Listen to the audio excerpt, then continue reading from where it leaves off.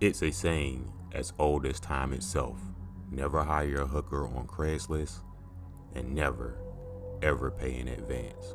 The internet is filled with stories of women and men posing as prostitutes who then rob their clients blind and make off with the money. But those stories are nothing compared to the tragedy of 26-year-old Jennifer Papane. Papane was a prostitute working in Long Island who advertised her services on Craigslist. On March 24, 2010, she was contacted by 23-year-old Chad Johnson. Papane thought nothing of it, just another night and another job. For $80, she agreed to meet Johnson in his car and take care of their arrangement, but things didn't go as planned. Sometime during the rendezvous, Johnson asked for his money back. Papane refused, at which point Johnson got violent. He got his hands around her neck, and before she could scream for help, he was pressing her windpipe shut. He choked her to death and then drove to a wooded area near the Long Island Expressway and buried her body in a shallow grave. The subsequent investigation into Papane's disappearance turned up Johnson as the person who last seen her alive. A background check revealed that Johnson was something of a serial choker who had brushes with the law in the past for assault, and he ended up leading police to the grave he dug for Papane.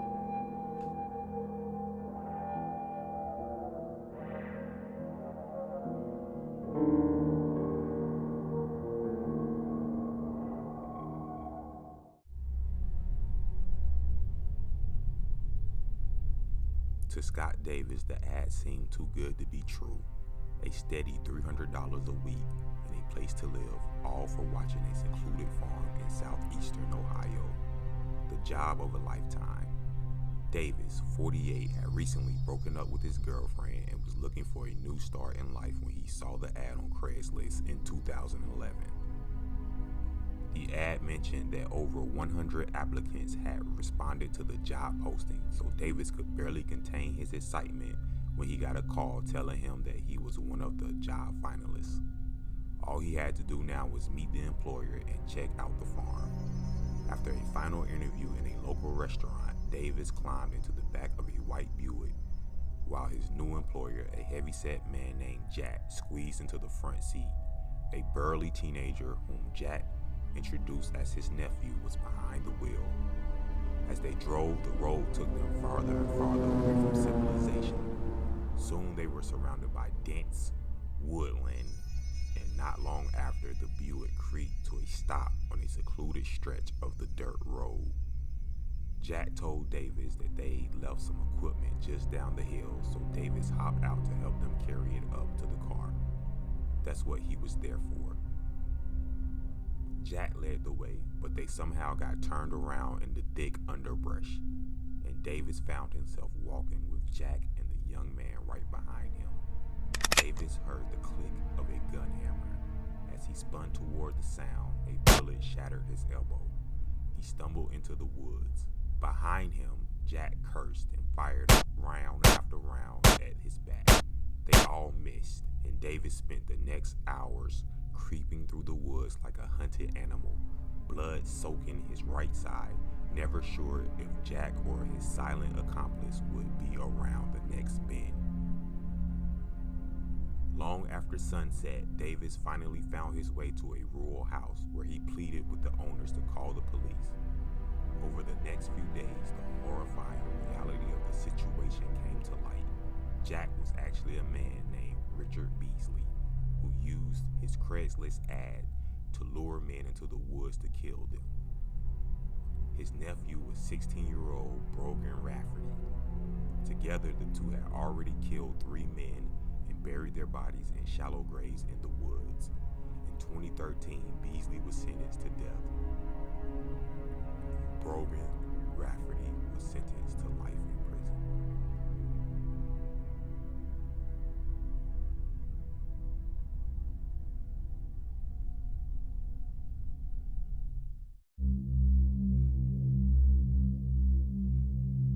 Catherine Ann Olson had recently graduated from Minnesota's St. Olaf College and was working part-time as a nanny until her career in theater kicked off.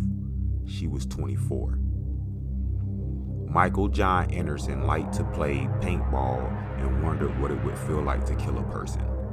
He was 19. Posing as a mother named Amy, Anderson posted a Craigslist ad in 2007 looking for a person to babysit a child the following day. Olson jumped at the opportunity, and they made arrangements for her to show up at the house at around 10 a.m. to start the job.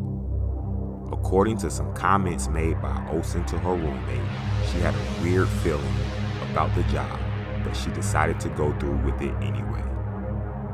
There was no way she could have seen what was coming. After arriving at the house, a rundown split level in Savage, Minnesota, Olson was greeted by Anderson, who led her up to his bedroom on the second floor. Nobody's sure exactly what happened next, but at some point, Olson tried to run. Anderson shot her in the back with a .357 Magnum, dragged her body down the stairs, and stuffed her in the trunk of his car. He abandoned the car a few blocks away. Then, in an attempt to destroy the evidence, Anderson crushed Olson's cell phone and wrapped it up in a bloody towel before dropping it into a public trash can. He apparently didn't realize that the towel had his name written on it in black marker. In 2009, Anderson was sentenced to life in prison without parole.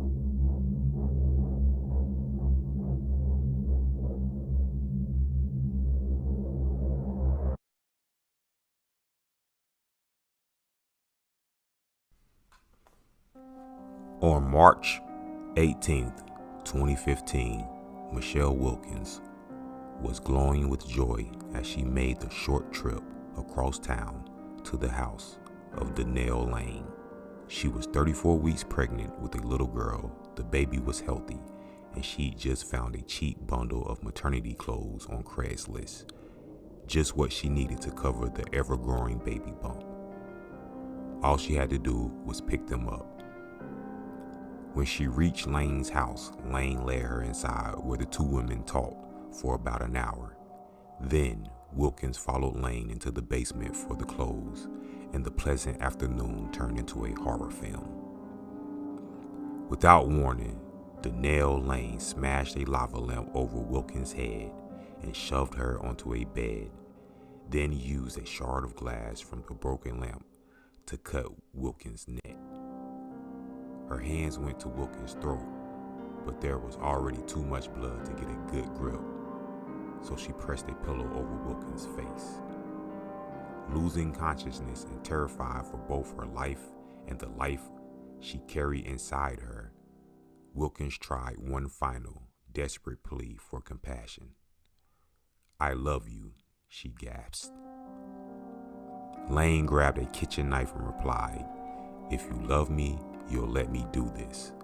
Then she cut Wilkins' unborn daughter from her womb and left the woman to bleed to death. Miraculously, Wilkins managed to retain consciousness long enough to dial 911, and she was rushed to surgery at the nearest hospital. And in that same hospital, just down the hall, a woman in the maternity ward tearfully clutched a stillborn child to her breast and told nurses that she had a miscarriage. It was only later that the truth came out. Donnell Lane was sentenced to 100 years in prison.